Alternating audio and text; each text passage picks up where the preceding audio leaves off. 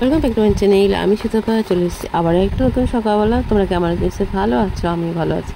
তা চলে এসেছি রান্নাঘরে। চলো চা খাবো, চা দিয়ে মুড়ি দিয়ে বিস্কুট দিয়ে চা এবার খেয়ে নেবো।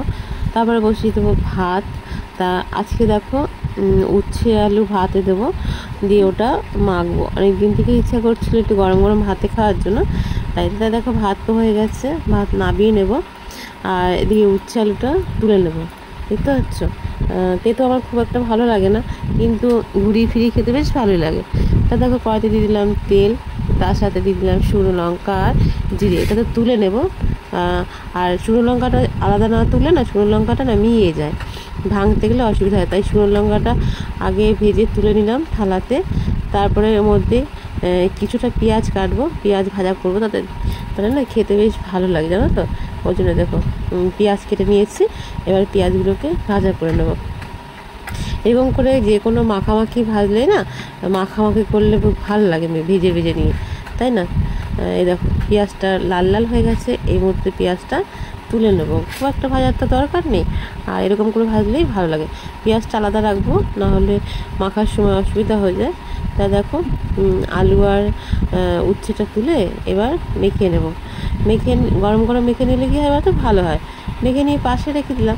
এবার কাজটা আমার গোছানো থাকলো, তার জন্য এই দেখো আলুগুলো বার করলাম। একটু গরম, যেহেতু সবেমাত্র নামালাম তো, তার জন্য দেখতে পাচ্ছ।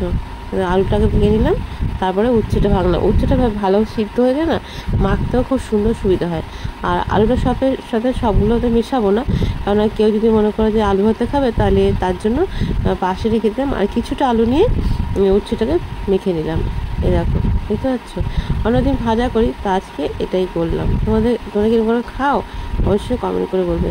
তো ওই তেলের মধ্যে তেজপাতা জিরে দিয়েছি তরকারি বসা বলে, তখন বললো যে না কিছুটা আলু চাকচাক করে ভেজে তুলে রাখি, তার মধ্যে তেলের মধ্যে আলুটা ভেজে তুলেও নিলাম। বুঝতে পারছো? এই দেখো, আর আলুটা সিদ্ধ করা আলু ছিল, তার জন্য তাড়াতাড়ি হয়ে গেছে। এবার দিয়ে দিলাম কেটে রাখা আলু, ডুমো ডুমো করে কেটে রেখেছি, সেই আলুগুলো দিয়ে দিলাম। প্রতিদিন যা রান্না করি সেটা তোমাদের সাথে শেয়ার করি। এর বাড়িতে আমি ভিডিও বানাতে পারি না, তাই তোমাদের কেমন লাগে আমি জানি না। আমি কিছু তো করতে হবে, তাই আমার কাছে এটাই মনে হয় সুবিধা, তাই আমি এটাই দিই। তাই দেখো আলুটা একটু নাড়াচাড়া করে নিলাম, তারপরে লবণ, তারপরে তোমার হলুদ, লঙ্কা গুঁড়ো, জিরে গুঁড়ো, তারপরে আদা রসুন টমেটো সব রকম দিয়ে পেস্ট করে এবার এর মধ্যে দিয়ে দিলাম। এবার একটু নাড়াচাড়া করে, আজকে সোয়াবিন রান্না করবো, তাই সোয়াবিনগুলো ভিজিয়ে রেখেছিলাম, তারপর ধুয়ে রেখে দিয়েছি। সেই সোয়াবিনগুলো এর মধ্যে দিয়ে দিলাম। একসাথে কষালে না কষানোটা খুব সুন্দর হয়, তার জন্য একসাথে এরকম করে কষিয়ে নিয়েছি। আর যে কোনো জিনিস তো যত কষাবে তার টেস্ট তত ভালো হয়, তাই জন্য দেখো কষিয়ে নিচ্ছি। আর একটা গাজর ছিল, গাজর দিলে যে কোনো জিনিস তো কালারফুল লাগে, তার জন্য গাজরটা দিয়েও ভালো করে কষিয়ে নিলাম। এ দেখো তা একটু লেগে লেগে আসছে, দেখতে পাচ্ছ। এই সময় আর একটু নাড়াচাড়া করে নেবো, নাড়াচাড়া করে দিয়ে দেবো জল। এ দেখো লেগে লেগে যাচ্ছে, আর কষানোর দরকার নেই, কেন অনেকক্ষণই কষানো হয়েছে। আর আমি ক্যামেরার সামনে না ফোনটা অতক্ষণও ধরি না, কেন বলো তো, তোমরা তো এক জিনিস দেখে দেখে তোমাদেরও তো ভালো লাগবে না, তার জন্য অফ ক্যামেরায় অনেকক্ষণ কষিয়ে নিই, তারপরে শুরুটা লাস্টটা দেখাই, তাতে তোমাদেরও ভালো লাগবে দেখতে, তার জন্য। এই দেখো হয়ে গেছে, ঝোল ফুটে গেছে, দেখলাম আলুটাও সিদ্ধ হয়ে গেছে, দেখতে পাচ্ছ।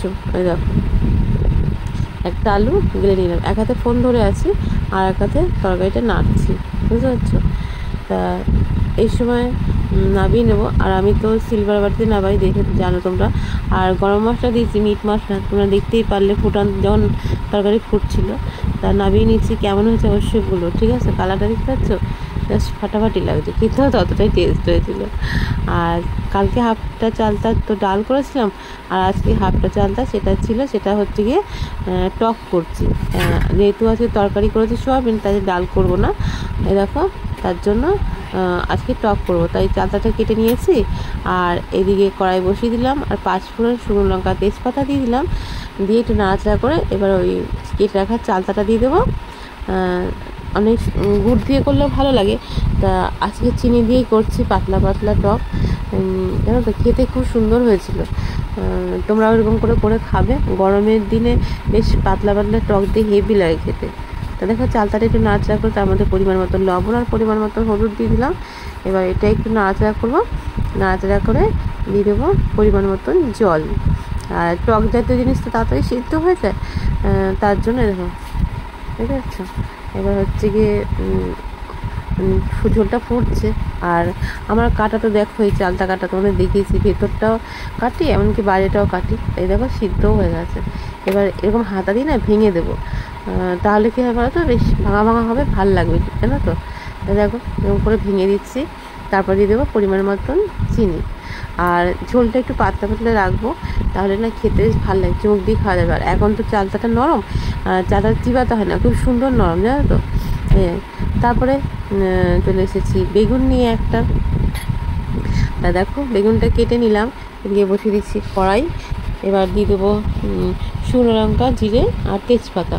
অনেকে কালো জিরে দেয়, আমি কালো জিরে করবো না, আমি আজকে সাদা জিরে দিয়ে করবো। দেখো তেল তো গরম হয়ে গেছে, কেটে রাখা বেগুনটা এবার দিয়ে দেবো। তোমরা তো অনেকেই বলো যে বেগুন দিয়ে মাছ কী করে রান্না করে, কী করে রান্না করে মাছ ভেঙে যায়, বেগুন ভেঙে যায় কেন, তোমরা বলো তো। তা তোমরা তো দেখলে বেগুনটা কিন্তু আমি ভেজে তুলে রাখিনি, বেগুনটাকে দিলাম কড়াইতে একটু সাঁতলে নিয়ে, তার মধ্যে জিরে, হলুদ, লঙ্কা, লবণ সবগুলো দিয়ে, আর একটা টমেটো দিয়েছি, সবগুলো এর মধ্যে দিয়ে দিলাম। এবার দেখো সেই অবস্থাতে তো কষাচ্ছি, দেখতেই পাচ্ছ, একটু জলও দিয়েছি। এই দেখো দেখতে পাচ্ছ, ভালো করে কষিয়ে নিলাম। কিন্তু আমার দেখো যতই নাড়াচাড়া করি বেগুনটা আমার গোটা গোটাই থাকে। তোমরা দেখতে থাকো, আমার ঘাটা ঘাটা হয় না। আমার মনে হয় ভেজে তুলে রাখলে ঘাটা ঘাটা হয় কিনা জানি না, আমি তো একভাবে এরকমভাবেই করি। তা দেখো ওইদিকে তো জল দিয়ে দিয়েছি, ঝোল ফুটে গেছে। এই ঝোল ফুটে গেলেই, মানে যখনই চারপাশে ফুটবে তখনই আমি দিয়ে দেবো এই মাছ তো ভেজে রান্না করি না আমি, তোমরা জানো। ইলিশ মাছটা আমি এইভাবে ঝোলের পুরে রান্না করি, কাঁচা মাছ। তা দেখো এবার হচ্ছে গিয়ে ফুটতে দেবো, তাদের বেগুনটাও সিদ্ধ হয়ে যাবে, মশলাটাও সিদ্ধ হয়ে যাবে, এমনকি মাছটাও তোমার সিদ্ধ হয়ে যাবে, মানে হয়ে যাবে। দেখো দেখতে পাচ্ছ। আর দেখো বেগুনটা কিন্তু গোটাই আছে। আর তোমাদের তো প্রথমে বললাম যে একভাবে ক্যামেরার সামনে তোমাদের কতক্ষণ রাখবো, তাই একটুখানি ক্যামেরা অফ রেখেছিলাম, যার জন্য তারপরে ফুটে গেছে। এবার দেখাচ্ছি যে মাছটা সিদ্ধ হয়ে গেছে, আর বেগুনটাও দেখো আমার গোটা গোটা আছে, দেখতে পাচ্ছ। প্রত্যেকটা বেগুনই কিন্তু আমার গোটা গোটা আছে। এবার নাবিয়ে নেব।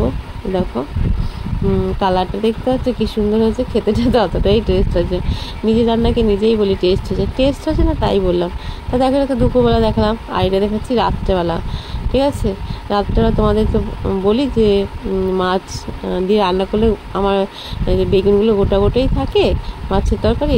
তা তোমাদের দেখাই, দেখো ফ্রিজে ছিল, তরকারিটা গরম করিনি, ভাতটা তো গরম করলাম, তরকারি গরম করে দেখো বেগুনটা দেখতে পাচ্ছ গোটা গোটায় আছে।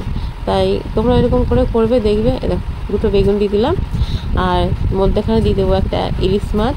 তা তোমাদের বলি না বেগুনটা গোটা গোটা থাকে। এই দেখো, তাহলে কেমন লাগলো আমার আজকে সারাদিনের রেসিপি, তোমরা অবশ্যই কমেন্ট করে বলো। ভালোবেসে সবাই পাশে থেকো, সবাই সুস্থ থেকো, ভালো থেকো। দেখা হবে নতুন করে ভিডিওর সঙ্গে। এখনকার মতন আসি।